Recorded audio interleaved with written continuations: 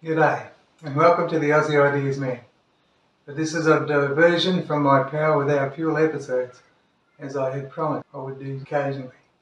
Because I have just recently seen on the local news that before we in Brisbane have even reached spring, they predict water restrictions this summer due to only a 46% dam level at the end of winter. When I did my first upload to YouTube, I mentioned I had emailed some ideas to government, and soon stopped when I realised I was not being listened to. This water shortage problem was one of those issues that I made suggestions about, and was disappointed with a very brief response. So I thought it might be an interesting story for some of you out there. It will at least give me practice in improving my presentations, if nothing else. So I will tell the story to the best of my recollection. I'm going back a long time. It was about 12 years ago that I first had this idea pop into my head. The catalyst was more severe water restrictions in yet another summer of low dam levels, an almost annual occurrence in Brisbane. And so I fleshed out the idea and put it down in writing when I determined that it could be a feasible solution. I welcome comments, and people can correct me if I am wrong. Keep in mind, nearly 2 million people had the same catalyst as often as I did, yet nobody has this idea to my knowledge. You would think those paid in the industry would have something, but no. It was thinking outside the box and had more than one element to the total solution, what is called synergy. Although any one component on its own would have helped. I recall sending it to the Queensland Government and possibly to the Brisbane City Council as well, but the memory is vague. I had sent other suggestions to both, as both gave encouragements for public opinions on how to improve matters. Brisbane had "Your City, Your Say" at the time, from memory.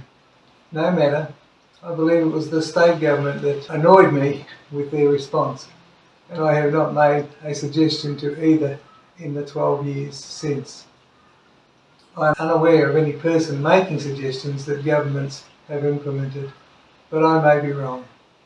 In any case, my suggestion was to do public works that would ensure there was more water stored for longer in the rare times when it rained, and I will explain what that entails. In southeast Queensland, as in most of Australia, rain can be scarce for very long periods. And any solution resides in two basic principles. A, catch more of it, and B, retain as much of what you catch for public use. Each of these can be achieved in multiple ways, and each way has its varying costs, with some so exorbitant that they become untenable. The suggestions I made were viable. I didn't suggest anything that was too expensive for government to implement. The water source for Brisbane is Wyvenhoe Dam, and we can't catch more water in it than it does. So I suggested how to retain more and left catching more to another aspect of my holistic approach, which will be explained later. To begin with, I will tell you what I suggested regarding the dam we use. Wyvenhoe has a catchment area that is almost impossible to enlarge, and we can't tell the weather to rain more over it. There is much we can do to retain what water it gets. I will just say that years after my suggestion, I found another great solution on YouTube.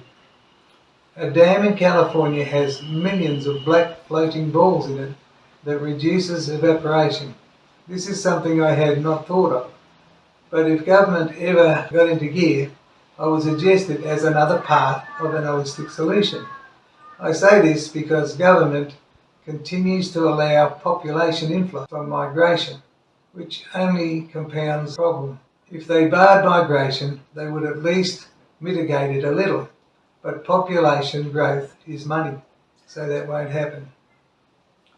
Now, for what I suggested with regard to retaining what Wyvenhoe gets. If you look at the dam from the air or on a map, you will see that it is long and narrow and has a jagged shape of many ins and outs, let's call by the dam wall's construction. It simply follows the contours of the hills. Amazingly, for about 30 kilometres of length and an average width of around 3 kilometres, it has a maximum shoreline of 462 kilometres, or 287 miles. A similar rectangle would have 66 kilometres, so the fingers add nearly 400 kilometres. With a surface area of 1,094 hectares, 2,700 acres, it is no wonder the average annual evaporation level is 1,872 millimetres, or 73.7 inches. But who really knows if that is good or bad? Only meteorologists and some engineers. The maximum depth at full is hard to find on Google, but I estimate it is no more than 20 metres, and only in very narrow places, so average depth is probably closer to 4 metres. You can't draw lines to represent a 4 metre dip over 15 kilometres and back to show how shallow that is. It is even hard to represent the cross section if we use 3 kilometres width and dip to 20 metres, guessing the slope. I have drawn one. There was no suitable ground preparation for the dam area. In fact, it has the downstream flow from the existing and smaller Somerset Dam running through, which would have made ground preparation tricky at the time, but not impossible. My suggestion was to do those preparations that should have been done. Reshape and enlarge.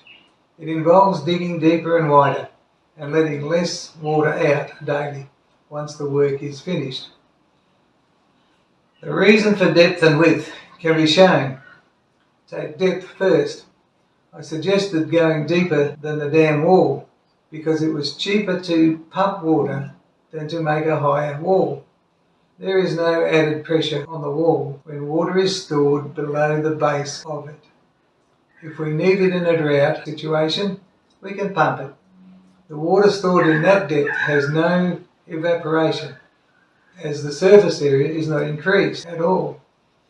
Taking a look at my drawing, the lower depiction shows the profile after site works down to 60 metres. And for more of the width, the ground around the dam does not soak any more water than what it does with the existing shallow dam. All the water gained with extra depth is free of the losses the dam already has, and those losses are massive.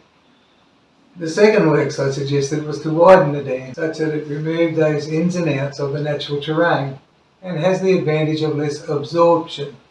When the catchment area dries, it absorbs water from the lake at a faster rate. This is because they have a massive circumference and so a larger amount of periphery that soaks water out of the dam. When we have no rain, the ground dries and so soaks up water like a sponge. If there is some available, water travels in the ground as well as above it. The less periphery, the less is lost through sucking it away. Water is lost by both surface area evaporation and peripheral ground absorption. Even if we use less water, we watch it disappear anyway due to these natural means, which are almost impossible to stop. When our dam is shaped such a way, as Ivanhoe is, the losses are too great. Depth and width excavations can improve the rate of loss so that people get to use more of what nature is currently robbing. These can still be done with dry excavation by first digging a deep trench from Somerset Spillway around Ivanhoe and redirecting water into it, as well as lifting Somerset's capacity to the max during the works. Then release all of Ivanhoe, let the ground dry and excavate. You can start on the fingers while the lake is depleting and work inwards as the bed dries. The further up a finger you dig, the higher the cliff you create, and engineering is needed to determine how far up and whether to make a cliff or batter the ground from further in to create a steeper slope. The added dig makes the land safer and provides more soil for other works. My depictions are just rough guides to display how much larger Ivanhoe can get without looking for other places to dam. No dredge required in any of the process, just open cut mining, and we have plenty of that in Australia. To give you an example of depth gains, take a cup of water and pour it onto a plate, then refill the cup and put both out in the summer sun. See how fast the plate water evaporates compared to the water in the cup. The plate has the shape of Ivanhoe Dam when it comes to relative depth versus surface area. To give an example of width gains, consider how to get less circumference for the most surface area. If a square is 100 square metres, then its circumference is 40 metres.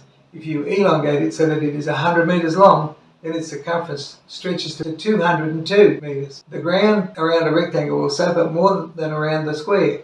Ivanhoe is much more like the long rectangle than the square, but it is exacerbated even more by those fingers. The terrain adds to the general shape. Draw a ring around the circumference of your hand and compare their lengths. The more we dig away those fingers in Ivanhoe, the less loss through ground soaking. Admittedly, we add some surface area, hence more evaporation, so we also need depth to make it economical. We also add pressure to the dam wall, so it would need engineering to keep the scope within the constraints of the existing wall.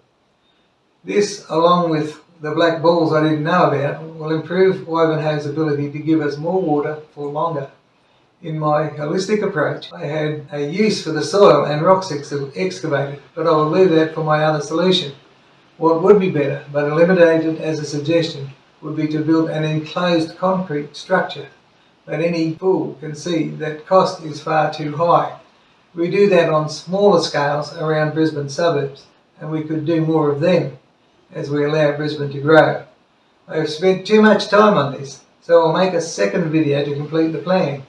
What happens after Ivanhoe is finished. I hope you can subscribe and click those bells and do all the other things that help me to get a footing on YouTube. Thank you very much. See you in episode 2 of this.